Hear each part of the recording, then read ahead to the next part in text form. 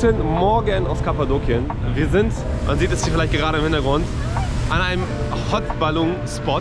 Sieht das nicht geil aus? Heute werden wir tatsächlich nicht fliegen, weil die letzten Tage war das so, dass das Wetter hier zu schlecht war. Wir dementsprechend unsere Ballonfahrt, die wir vor 3 Tagen eigentlich hätten, abgesagt worden ist. Wir sind aber dabei, für morgen dann eine Ballonfahrt zu buchen, weil wir relativ spät fliegen. Da die heute starten, wird es auch morgen etwas günstiger, denn, wie soll ich sagen, es war heute ein Preis pro Person für 400 bis 500 Euro. Und dann haben wir gesagt, so, oh, das ist schon hart. Klar, man macht das nur einmal im Leben, aber morgen wird es ein bisschen günstiger. Dann haben wir gesagt, okay, pass auf, lass am nächsten Tag, also morgen Freitag, fliegen. Ihr seht, es ist atemberaubend hier, oder?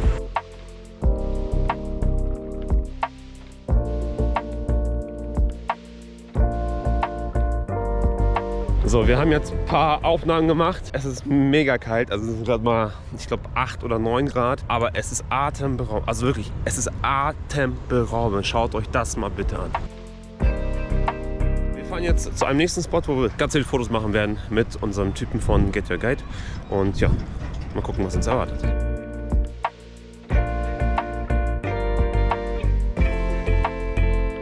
Nicht wunderschön. So, hinter uns geht sogar ein Ballon gerade unter. Also die Ballons fliegen so 45 Minuten. Es war atemberaubend. Wir haben in der Kälte Fotos gemacht. Es war wunderschön. Ich hoffe, es ist dabei was geworden. Schaut selbst, wie das aussieht. Ihr müsst ganz, ganz früh aufstehen, damit ihr überhaupt sowas erleben dürft. Morgen versuchen wir zu fliegen. Da gibt es eine andere Aufnahme. Ich hoffe, wir bekommen einen Flug auch. Da sind wir gerade am Klären. Ja, ansonsten schaut selbst. Wie ihr seht, hier so eine 360-Grad-Kamera mit. Das haben wir auch aufgenommen, wie das Ganze dann aussieht. Das Ganze haben wir über Get Your Guide gebucht. Die haben uns vom Hotel abgeholt, werden uns gleich zurückbringen und machen mit uns Fotos. Das heißt, wenn ihr keine Kamera habt und vielleicht nicht so die Experten seid, um Fotos zu machen, dann machen die das für euch. Ich hoffe, es sind coole Fotos geworden. Ich weiß es noch nicht. Werden wir sehen. Wir haben aber unsere eigene Kamera mitgenommen, wo wir dann vielleicht eigene Fotos gemacht haben. Vielleicht sind die ja genauso gut. I don't know. Ich weiß es nicht. Das ist vor allem für Leute ohne Kamera oder auch ältere Leute, die einfach schöne Bilder haben wollen. Ja. Anstatt jetzt mit dem Handy oder so. Also deshalb ist es eigentlich zu empfehlen. Es gab natürlich auch Touren, da zahlt man, ich glaube sogar nur irgendwie 8 Euro, 9 Euro, 10 Euro, irgendwelche Summen habe ich gesehen. Das ist natürlich ohne Fotograf. Aber für die, die einen Fotograf haben wollen, ist das eigentlich sehr von Vorteil und für irgendwie 30 Euro auch ein fairer Preis.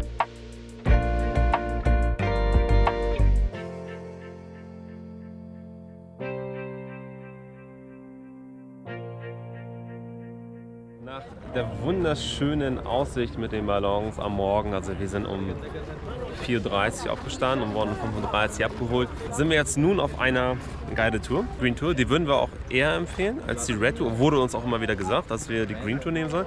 Die geht fast den ganzen Tag bis 18 Uhr, also wir sind um 10 Uhr gestartet, bis 18 Uhr geht das Ganze. Besuchen unterschiedliche Spots. Bei der roten Tour ist es nämlich so, dass man die ganzen Spots tatsächlich in Göreme selber ablaufen kann. Ja. Also wir waren gestern auch beim zum Beispiel Freilichtmuseum. Also man kann das auf jeden Fall auch zu Fuß ablaufen, außer ich glaube einen Spot, und trotzdem deshalb wurde uns häufiger diese grüne Tour empfohlen, die wir wahrscheinlich auch weiterempfehlen können. Bisher ist eigentlich alles ganz cool. Also der Guide ist schon mal gut drauf. Das ist schon mal sehr wichtig. Das Wichtige, was wir vielleicht sagen müssen, wir haben uns tatsächlich jetzt auch eine Ballontour gebucht. Wir freuen uns sehr. Und wir haben, ich will es nicht sagen, vielleicht Glück gehabt, denn wir haben eine Ballontour mit maximal 8 Personen auf oder in dem Korb. Normalerweise sind es 20 bis 28 Leute in einem Korb und dann bist du sonst normalerweise wie eine Sardine. Damit wir halt coole Fotos machen können, gute Aufnahmen machen können, haben wir gedacht, okay, zahlen wir ein bisschen mehr. Naja, er fliegt ja auch länger. Er fliegt auch länger, genau. Früher. Aber am Ende des Tages ist es so, dass wir vielleicht nicht unbedingt mehr zahlen, weil die Preise, die sind hier sehr, sehr variabel. Vor allem, wenn ein Tag zuvor nicht geflogen worden ist, dann ist am nächsten Tag das Ganze viel, viel teurer. Wir haben jetzt über 400 Euro gezahlt pro Person. Das ist eine Summe, aber die Preise werden momentan oder steigen momentan, weil hier einfach momentan sehr viel los ist. Das für euch als kleine Info. Wenn ihr dazu mehr Informationen wollt, dann fragt uns gerne. So, mit solch einem Transporter fährt man hier tatsächlich in Göreme. Also ihr seht, gefühlt jedes Transportmittel ist hier mit so einem Sprinter ausgestattet, mit Fake-Sitzen von Mercedes teilweise, aber das ist egal. Maybach. Oder Maybach, genau. Also die Fake sozusagen den Maybach, ist kein Maybach. Der Ort heißt hier Panoramic View Göreme. Wir sind jetzt auf dem Weg zum nächsten Spot. Es geht zum Unterstadt. Geht zum Deshalb machen wir eigentlich dieses Genau. Also es geht jetzt zur Stadt, die unter der Erde ist sozusagen. Wir sind jetzt jetzt hier bei Pigeon Valley, den zweiten Stop. Also nicht die Untergrundstadt, die fahren wir später an. Hinter mir seht ihr nämlich da die einzelnen Löcher, die ihr seht. Da. Das sind alles Taubennester. Hier leben die. Hier sind sehr viele Tauben, die dann halt sozusagen aufwachsen. Hier auch in den Felsen sind noch andere Farben. Da ist sowas eher rot, da ist das gelbe und hier halt die ganzen Tauben. Und wir sind jetzt an einem Spot, wo auch hier halt so ein Kamel ist und Pferde, Ponys. Shop gibt es ja auch. Hier gibt es übrigens Steine, die so geformt sind wie ein Ei. Oder hier halt solche Ketten. Oder das one, ne? Also, die halt die negative Energie von euch sozusagen wegfließen lassen sollen, nur die positive Energie zulassen. Der Glaube macht's. Hier sehen wir noch die typischen Augen. Na, auf jeden Fall, hier ist unser zweiter Spot. Jeder wartet hier, seht ihr, mit den schönen Transportern. Schöne Aussicht. Hier haben wir so kleine Steine, die das Ganze so ein bisschen nachstellen sollen von diesem ganzen Ausblick. So, natürlich haben wir unsere 360-Grad-Kamera mit, das heißt, ihr könnt die ganze Tour dann nochmal so ein bisschen in 360 Grad erleben. Falls euch das interessiert, hier findet ihr auch einen Link oben zu dem 360-Grad-Video.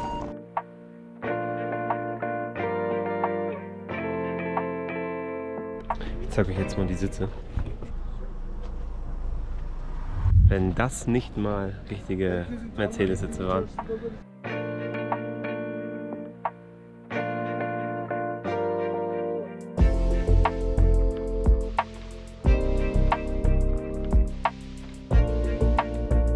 Wir sind jetzt an unserem nächsten Stop, was soll ich dazu sagen? Ey, das ist so eine Touri-typische Sache. Also zu Thailand, wenn du... Die sprechen alle Sprachen. Ich spreche alle Sprachen. Relativ fließend. Polnisch, Italienisch, Deutsch, Englisch, Spanisch, alles was du willst. Verkaufen. Es ist so, ja, wenn du nicht willst, egal, kannst du aber trotzdem angucken. So, ne? In Thailand gibt es sowas, glaube ich, auch. Und in Bali und sowas. Ich glaube, ich habe das auf YouTube gesehen, von Achtung Abzocke sogar. Die zahlen dann irgendwie auch nur, keine Ahnung, ganz wenig Geld für so ein Taxi zum Beispiel, für so einen Tuk-Tuk. Kommen dann in auch so einen Juweliershop oder irgendwo hin. Das ist das Gleiche. Nee, ey, das ist verschwendete Zeit, ehrlich gesagt. Das ist richtig verschwendete Zeit.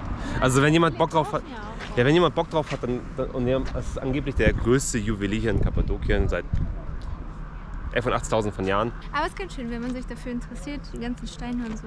Ja, Steine und so. 18 Karat, 14 Karat, alles ist da. Kannst du kaufen. Cheap.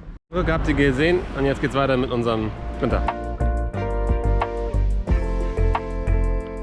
Wir sind bei unserem nächsten Stop, nach einer Stunde Fahrt. Wir haben jetzt hier oben gestoppt mit dem Bus. Wir hätten noch rein theoretisch mit dem Bus fahren können, aber 10 Minuten Walk tut uns, glaube ich, auch ganz gut. Nach der Stunde Fahrt sind wir jetzt in Ilhalara Valley, meine ich bin mir nicht ganz sicher. Und dort unten werden wir dann auch gleich essen. Essen ist nämlich hier in der Tour inkludiert, außer die Getränke. Und werden dort unten auch einige Höhlen sehen, hat er gesagt, glaube ich.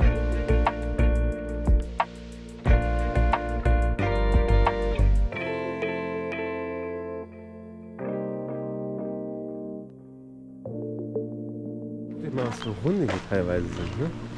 Also Hunde hier in der Türkei sind wirklich überall, genauso wie Katzen. Oh Mann, ey, das ist so richtig tourihaft, ne? Guckt euch das mal bitte an. Das ist recht cool, aber das ist so... Eine große Familie ist jetzt zusammen. So, Touri, welcome.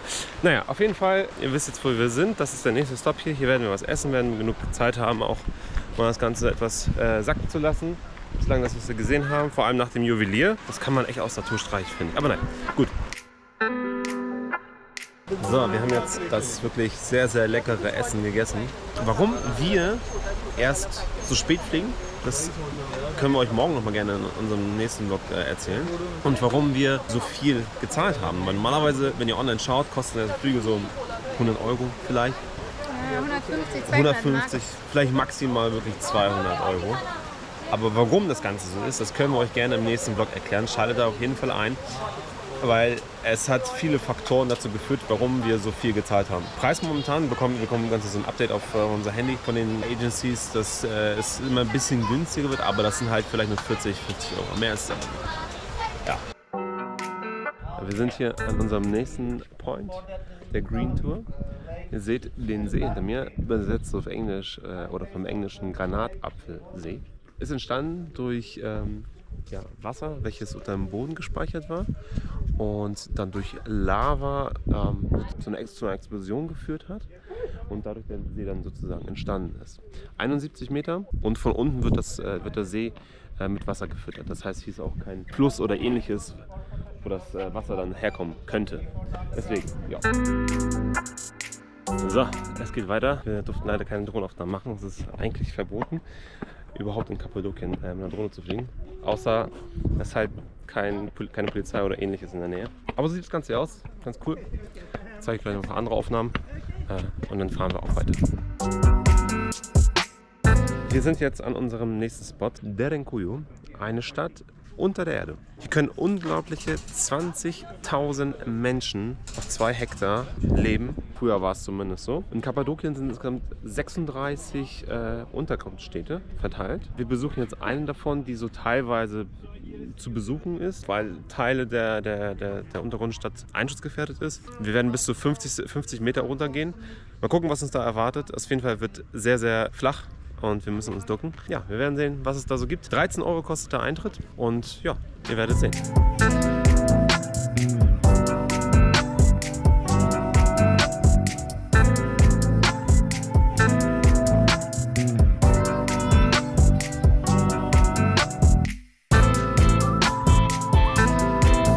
So, ihr seht gerade, wir sind hier mitten in der Stadt, Untergrundstadt.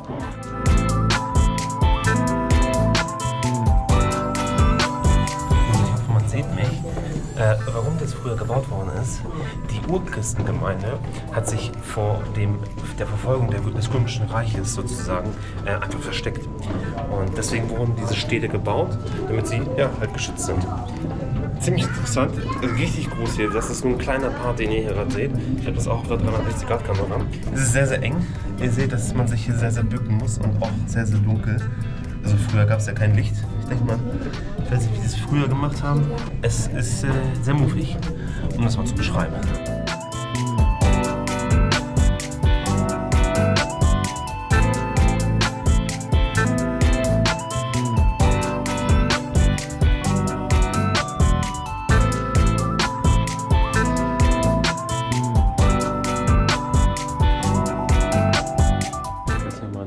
Aber das ist eine Tür, wo man hier sozusagen das Ganze dann mit 5-6 Mann aufgemacht hat, zur Seite geschoben hat, dann dementsprechend sich vor Eindringlingen geschützt hat.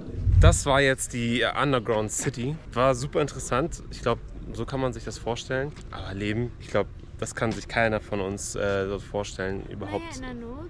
Ja, in der Not, klar, aber wie das wirklich früher war, das können wir uns einfach nicht vorstellen. Das ist nur Erzählung, irgendwelche Sachen, die wir jetzt sehen können, aber wie es wirklich war, ich glaube, das ist sehr, sehr schwer vorzustellen. Deswegen, aber es war cool. Es war an sich eine coole Tour. Auch der Tourguide war cool, der hat Spaß gemacht und hat das Ganze versucht, die Leute ein bisschen auf Trab zu halten. Also wir können die Tour auf jeden Fall empfehlen, wenn ihr da die Nummer haben wollt von demjenigen, der das dann organisiert. Das war nicht über Get Your Guide diesmal, sondern von einem Lokalen. Dann schreibt uns gerne. Ansonsten war es das erstmal. Dann würde ich sagen, dass wir den heutigen Tag mit diesem Take beenden. Bis zum nächsten Mal. Eine kleine ergänzende Sache, wir haben noch einen Zwischenstopp gemacht. Unterschiedliche Nüsse mit unterschiedlichen Geschmacksrichtungen, Gewürze, also alles, was das Herz begehrt. Ja, muss nicht unbedingt sein, aber kann man machen.